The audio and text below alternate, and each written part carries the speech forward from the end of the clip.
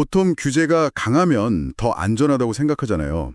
상식적으로 당연히 그렇죠. 그런데 최근 유럽 중앙은행, 그러니까 ECB가 정반대의 경고를 내놨습니다. 유럽의 강력한 스테이블코인 규제가 오히려 위기 시에 유럽 금융 시스템을 더 큰 위험에 빠뜨릴 수 있다는 아주 역설적인 주장을 펼친 겁니다. 네, 선한 의도의 규제가 최악의 결과를 낳을 수 있다는 굉장히 도발적인 메시지를 던진 거죠. 바로 그겁니다. 스테이블코인이 위험하다는 얘기는 많이 있었지만 규제가 강해서도 위험하다는 건 정말 처음 듣는 얘기거든요. 오늘 이 시간에는 이 기묘한 규제의 역설이 대체 왜 발생하는지, 그리고 이게 단순한 기후가 아니라 왜 글로벌 금융 시스템의 새로운 뇌관으로 지목되고 있는지 그 핵심을 한번 파헤쳐 보겠습니다. 좋습니다. 그 역설을 이해하려면 먼저 이제 지금 스테이블 코인이 금융시장에서 차지하는 위상을 알아야 합니다. 많은 분들이 여전히 그냥 암호화폐 시장의 보조수단 이 정도로 생각하시는데 ECB가 제시한 숫자를 보면 생각이 완전히 달라질 겁니다. 아, 숫자가 나왔군요. 네, 현재 전 세계 스테이블 코인 시장 규모가 얼마인지 아십니까? 글쎄요, 조 단위는 될 것 같은데 정확히는 잘 모르겠습니다. 2,800억 달러. 우리 돈으로 약 380조 원을 넘어섰습니다. 380조요? 네, 웬만한 국가의 1년 예산과 맞먹는 돈이 이 시장에 지금 들어와 있다는 뜻입니다. 와, 380조 원. 근데 사실 그것보다 더 충격적인 숫자가 있다면서요? 맞습니다. 바로 거래 비중입니다. 전 세계 주요 암호화폐 거래소에서 이루어지는 모든 거래 80%가 스테이블 코인을 기반으로 체결됩니다. 잠시만요. 80%요? 제가 지금 제대로 들은 게 맞나요? 네, 80%입니다. 아니, 저는 스테이블 코인이 그냥 비트코인 살 때 잠시 거쳐가는 주차장 같은 개념인 줄 알았거든요. 그런데 거래의 80%가 이걸 기반으로 한다면 그건 주차장이 아니라 사실상 모든 길이 통하는 중앙 로터리라는 거잖아요. 정확한 비유입니다. 이거 없이는 시장이 그냥 마비된다는 뜻 아닙니까? 그렇죠. 더 이상 보조 수단이 아니라 시장의 핵심 인프라, 사실상의 기축 통화가 된 겁니다. 심지어 테더나 서클 같은 발행사들은요, 세계 최대 규모의 미국 단기 국채 매입 주체 중 하나입니다.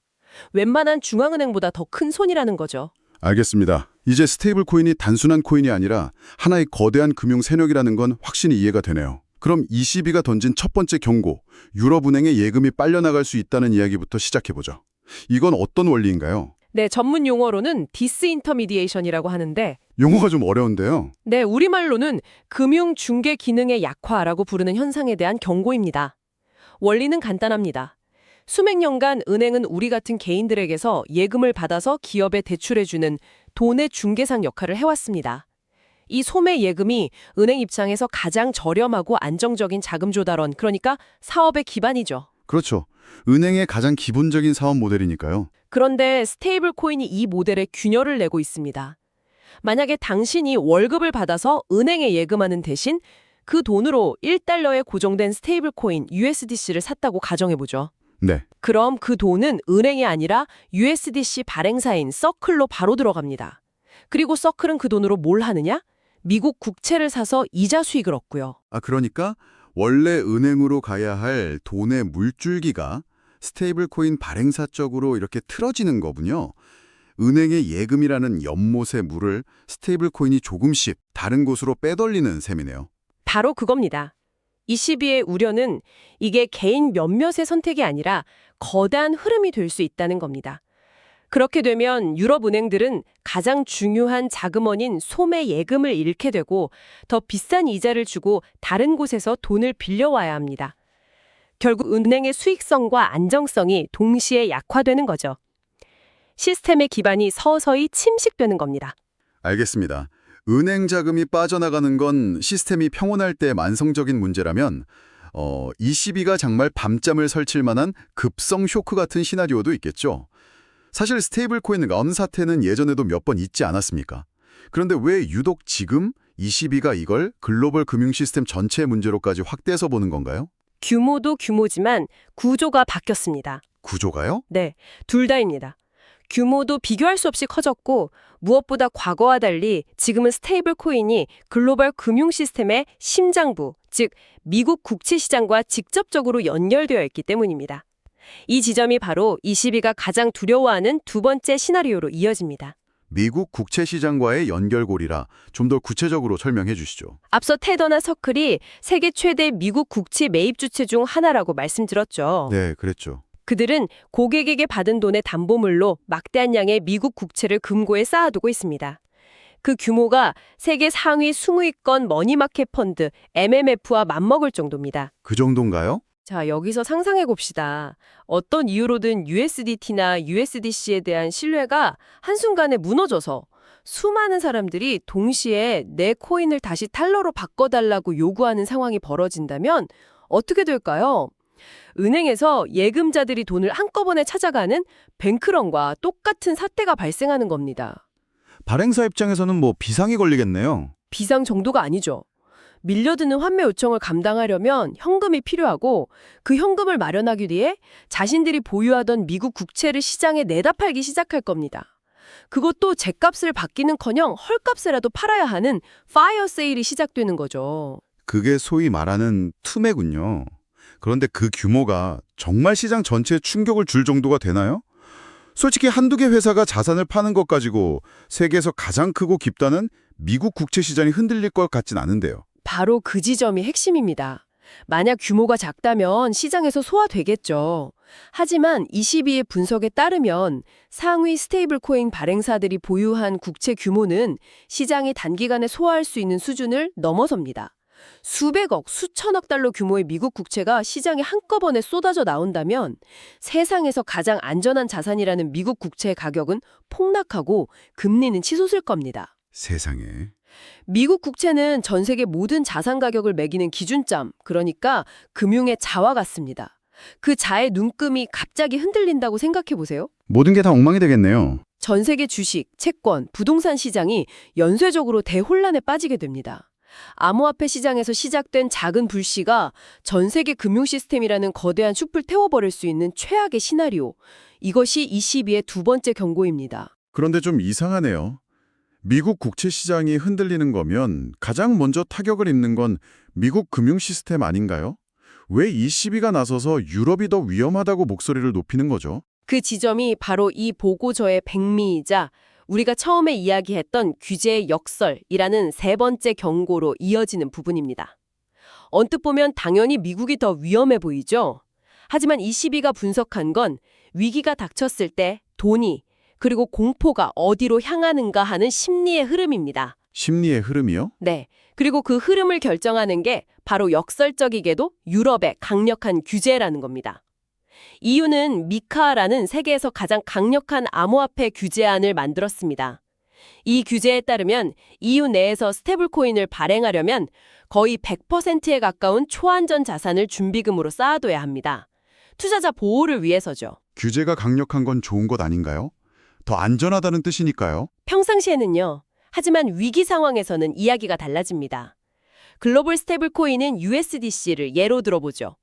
이 코인은 규제가 강한 EU에서도 발행되지만 상대적으로 규제가 덜한 미국이나 싱가포르에서도 동시에 발행됩니다. 아, 같은 코인인데 여러 곳에서 발행을 하는 거군요. 맞습니다. 똑같은 USDC지만 발행 주체와 관할권이 여러 곳에 나뉘어 있는 겁니다. 네. 자, 이제 글로벌 금융위기가 터져서 USDC의 안정성에 의문이 제기되는 상황을 가정해보죠. 투자자들은 패닉에 빠져서 너도 나도 USDC를 현금으로 바꾸려고 할 겁니다. 이때 당신이 투자자라면 어느 지역 발행사에 가장 먼저 환급을 요청하시겠어요? 당연히 가장 안전하고 준비금도 가장 많을 거라고 생각되는 곳에 먼저 달려가겠죠. 규제가 가장 강한 EU 발행사가 되겠네요. 저 같답니다. 마치 불이 났을 때 가장 튼튼해 보이는 비상구로 사람들이 한꺼번에 몰리는 것과 같습니다. 그렇게 되면 EU 발행사는 유럽 투자자들의 환급 요구는 물론이고 미국, 아시아 등 전 세계 다른 지역 투자자들의 환급 요구까지 모두 감당해야 하는 상황에 처하게 됩니다. 그야말로 전 세계의 뱅크란이 유럽 한 곳으로 집중되는 거군요. 바로 그겁니다. 결국 투자자를 보호하기 위해 더 많은 준비금을 쌓도록 만든 강력한 규제가 역설적으로 위기 시의 모든 위험을 EU 영내로 끌어들이는 자석 역할을 하게 되는 겁니다. EU 발행사는 준비금 부족 사태에 직면하고 최악의 경우 파산할 수도 있습니다. 좋은 의도의 규제가 오히려 시스템을 무너뜨리는 방아쇠가 될 수 있다는 것, 이것이 ECB의 가장 날카로운 세 번째 경고입니다. 규제가 강해서 오히려 더 위험해질 수 있다니 정말 소름 돋는 통찰이네요. 자, 그럼 이런 무서운 경고들을 바탕으로 앞으로 어떤 변화를 예상해 볼 수 있을까요? 몇 가지 흐름은 분명해 보입니다. 첫째, EU는 이 보고서를 낸 이상 여기서 멈추지 않을 겁니다. 미카 규제에 더해서 스테이블 코인에 대한 추가적인 감독, 예를 들어 역외 투자자의 환매를 제한하거나 비상시에 유동성을 공급하는 장치를 마련하는 등 더 촘촘한 규제를 도입할 가능성이 높습니다. 규제가 더 빡빡해지겠군요. 그럼 가만히 앉아서 예금을 뺏기던 은행들은 어떻게 대응할까요? 그게 두 번째 변화입니다. 유럽의 전통은행들도 더 이상 당하고만 있을 수 없다는 위기감을 느끼고 있습니다. 예금 이탈을 막고 새로운 사업 기회를 잡기 위해 은행이 직접 발행하는 토큰화 예금이나 자체 스테이블 코인 개발에 훨씬 더 적극적으로 나설 겁니다. JP모건 같은 글로벌 은행들이 이미 시작했죠. 아, 본격적인 전쟁이 시작되겠네요. 네. 은행과 빅테크 기반의 스테이블 코인 발행사 간의 머니 전쟁이 시작될 겁니다. 그리고 아까 말씀하신 미국 국채 시장과의 연결고리도 앞으로 계속해서 중요해지겠네요. 네, 그게 세 번째 예측이자 가장 중요한 변화입니다. 이제 우리는 미국 국채 시장을 분석할 때 연준의 금리 정책이나 거시경제 지표만 봐서는 안 됩니다. 특정 스테이블 코인의 준비금 현황, 대규모 자금 이동 같은 암호화폐 시장의 미시적인 데이터를 반드시 함께 봐야 하는 시대가 온 겁니다. 와, 스테이블 코인러는 이제 지정학적 리스크나 무역 분쟁만큼이나 중요한 글로벌 금융 리스크의 새로운 변수가 된 셈입니다. 정말 중요한 변화네요. 마지막으로 이 이야기를 듣는 개인 투자자들은 어떤 관점을 가져야 할까요? 개인 투자자 입장에서는요, 스테이블 코인을 바라보는 관점 자체를 바꿔야 합니다. 단순히 1달러 가치에 잘 고정되는 디지털 화폐, 이 정도로 생각해서는 안 됩니다. 그럼 어떻게 봐야 하죠? 거대한 글로벌 투자 펀드에 내 돈을 맡기는 것과 같다고 생각해야 합니다.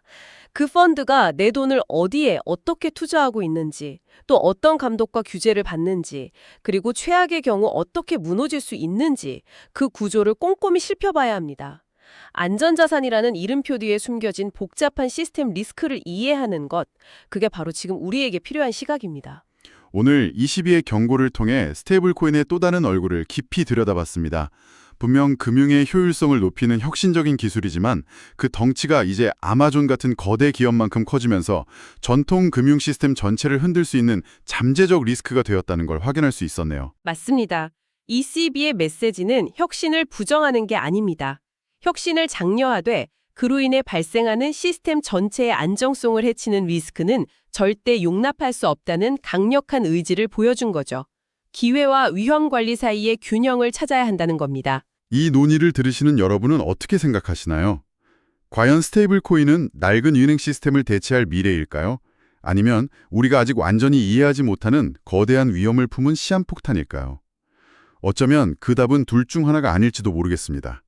이 질문을 마지막으로 남겨두고 싶습니다.